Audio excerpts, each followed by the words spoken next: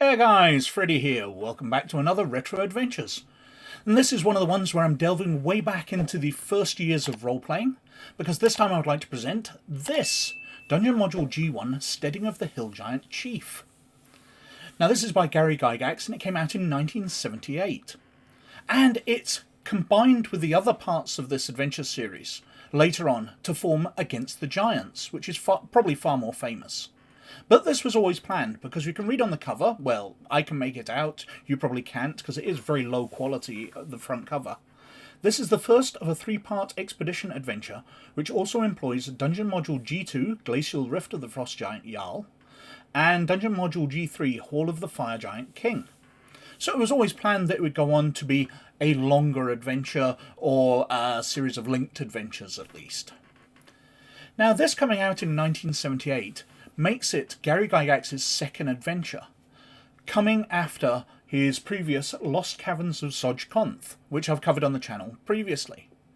And I'm very interested to look at this to see how Gary Gygax learned in writing adventures. Because, going back to these videos I've made, we looked at the very first published adventure ever for a role-playing game, Palace of the Vampire Queen, which very much was very basic descriptions. It didn't really say what the rooms were, but it said what was in them. You know, there's an ogre in this room, he carries a warhammer, and he's got 33 gold pieces, and he's worth 5 experience, or whatever.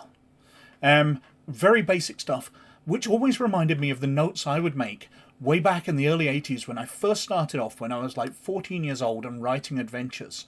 And I would draw a room and I'd know that there was a table in it and it was a kitchen or whatever.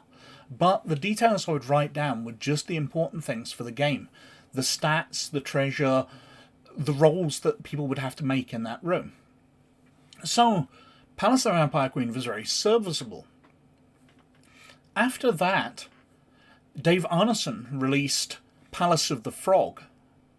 No, Temple of the Frog, sorry. And it was a far more detailed adventure, while still not going into details, you know, there's a table and 5 chairs in this room. It told you what the purpose of the rooms were. So, this is a kitchen, and there's a chef in here, who will defend the kitchen. This is a guard room, there are 5 guards in here, and they are watching out for activity out in the courtyard, and they will patrol that area on an hourly basis.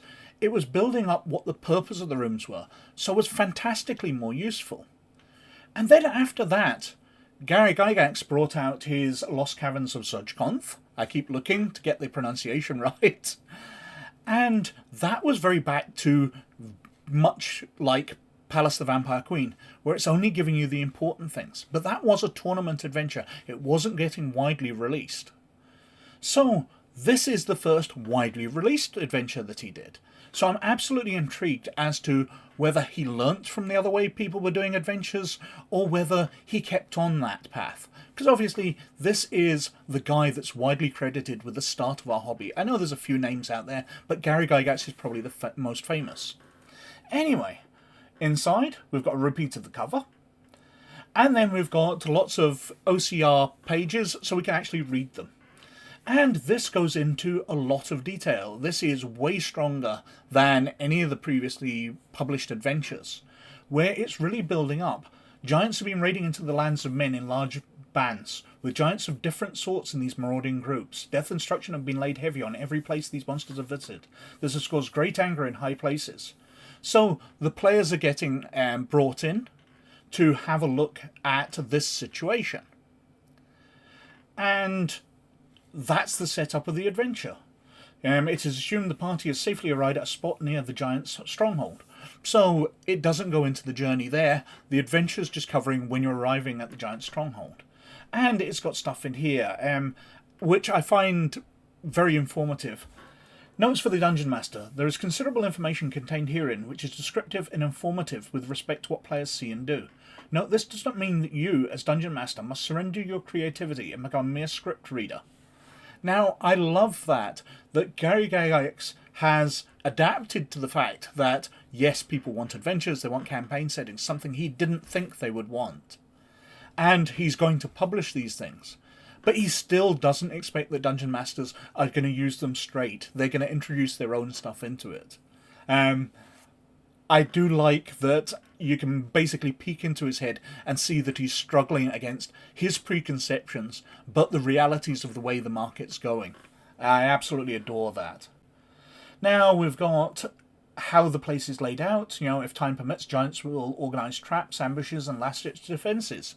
So things are going to develop. If the players take too long moving around, the giants are going to be more prepared. It's not just a matter of reading straight from the adventure. You've got to adapt it to what your players are doing. We've got the upper works. It mentions that we've got various equipment bags and chests that the giants will find, and instead of detailing each one separately, we've got random contents here. Now, I absolutely adore this because a lot of it is just stuff that people have lay around. There's no reason for every monster to be carrying, a +1 dagger. Useful things to the players. They're going to be carrying things which are useful to them. Things which they've become used to, a carving of a small animal or something that they had from a child or whatever. But anyway, we've got wandering monsters, and then we go through the areas. And these are far more detailed than Gary Gygax has done before. Entry and cloakroom. Place is bare, but there are many pegs along the walls and various items of giant outerwear, capes, cloaks, etc. And bags hang from them. Use random mag contents for any opened. Noise could alert A or B below. 2 snoring hill giants. Steps leading up to a watchtower with another hill giant guard. Sub-chief's room. And this is way more detailed. It's not giving you direct text to quote, as modern adventures will tend to do. Something you just read out. And then giving the Games Master more information. This is giving the Games Master information so they can still create the descriptions. But it's really useful stuff. I absolutely adore the way this is done. It's such a massive improvement on everything that's come before. This is leaps and bounds better than all of the previous adventures we've looked at. Anyway, we've got Sub-Chief's room, dormitory, barracks, maid's chamber, hall of the chief, chamber of the chief's wife, chief's chamber, arms room, dining rooms, as we move around the fort of the hill giants, their lodge, a large wooden building. And then we move down to the dungeon. We've got the maps later on. So, because it's a wooden lodge, it can be set fire to, and the giants will retreat into the dungeons beneath. Or, in just trying to clear it out, the players might end up questing down into these dungeons. And we go through the same. So we've got a marshalling area, a chamber of the keeper, cell blocks, slave quarters, etc. Torture chambers, armour and smither. There are stacks of giant arms and armour being repaired or fabricated. In the area first entered, there are 19 pike-sized spears, 41 6-foot spears, 12 battle axes, 2 giant-handed swords, two-handed swords, and other weapons and armour usable only by giants. But further on, some helmets balanced on shields and propped up by 6 warhammers and maces. Weird abandoned temple, vestries, natural caverns, cavern of the carrion crawlers. So we've got some other monsters down here, troglodyte caverns, wine cellars, stone giant miners working with the hill giants, and the chief's treasure room. Now this leads on further. In addition, there are 3 empty and broken boxes, and the southwest corner appears to be a broken barrel. The latter is an illusion, actually a well-made and watertight cask which contains a map showing the glacial rift of the frost giant Jarl, an obsidian box. In the latter is a chain of weird black metal. Basically, if they take the black metal chain and form it into 2 figure of 8, each loop can teleport 6 people. If they're holding the map, it will take them instantly to the glacial rift of the frost giant Jarl, which allows them to move on, and ends this. It even says, this ends the expedition to the Steading. And we have the original tournament characters here. If I change these around so we can read them the right way up, we have Gleepwerp the Eyebiter, a human magic user, and we've got his 12th level, we've got his attributes, what armour he's wearing, his alignment, armour class, hit points, his move, what magic items he's carrying, and what normal items he's carrying.